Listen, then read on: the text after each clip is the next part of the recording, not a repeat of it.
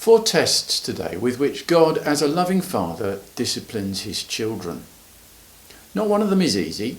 Not all of them strike you as unpleasant to experience. They all have associated temptations, but none of them are meaningless, pointless. None of them are aimed at tripping us up. They are all given so that in the end it might go well with you. Knowing that is the reason that we can consider it pure joy whenever we face this stuff.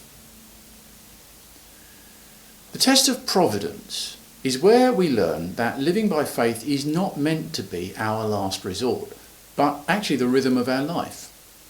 In Exodus 16, we see that the beginning of this trial is the experience of having a real need that we cannot fulfill ourselves. Instantly, the temptation is to turn and go back to where we came from. Notice how the memory plays tricks during this trial. When they remember Egypt, there we sat around pots of meat and ate all the food we wanted. Guys, you were slaves? There wasn't much sitting around? The next part of the trial is where God actually provides manna from heaven. Well, how is that a test? What will they do now? See, the temptation straight away is to take more than they need, just in case.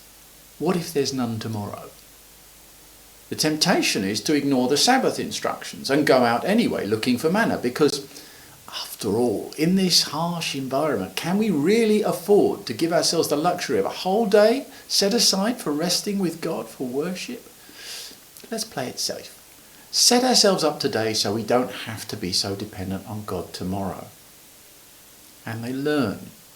Living by faith isn't if all else fails. It's the regular lifestyle of God's people. Possessions are our second test. In Deuteronomy 8, Moses warns the people not to forget God's provision in the desert when they start settling down. Most of us have the impulse to settle down. The temptation is to do it by putting God, as far as we can, out of the picture. Then our possessions tell us a story that leads us astray.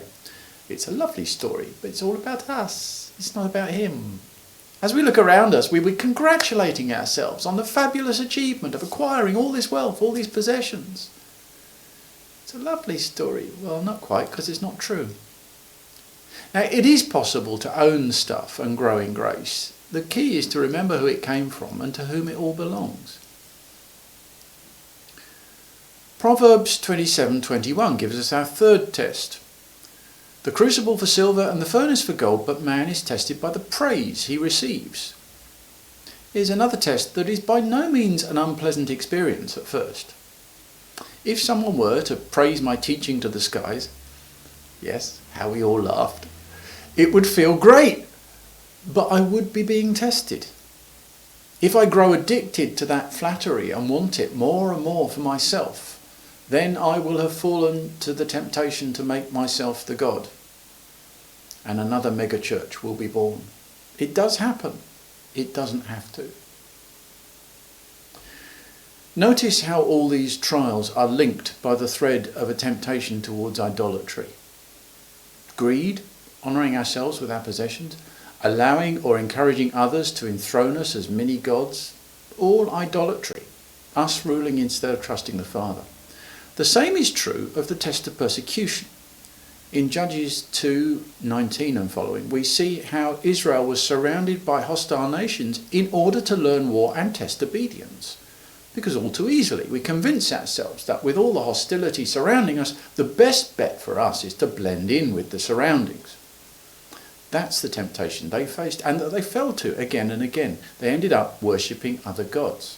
And so will we unless we take to heart Paul's words in Romans 12:1 and 2. Offer your bodies as living sacrifices, holy and pleasing to God.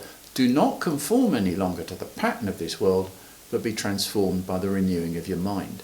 Don't think it happens without testing. No trials, no faith, no pleasing God, no pleasing God, no life. Hence David's prayer. Search me, O God, and know my heart. Test me and know my anxious thoughts. See if there is any offensive way in me and lead me in the way everlasting. Now, Can I get an amen?